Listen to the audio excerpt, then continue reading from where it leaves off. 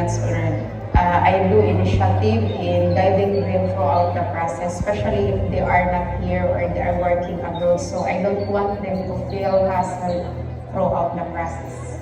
I don't really pressure my prospects because, like me, I don't want also people to pressure me if I like to buy a certain product or service. So I do vlogging as a real estate broker of my daily routine. I do filming my service because in that way I gain more clients and also repeat clients.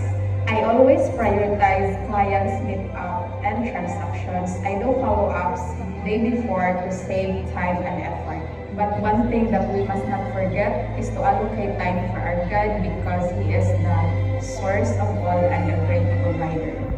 Just like other line of business, real estate industry is also evolving. I always make room for new learnings and skills.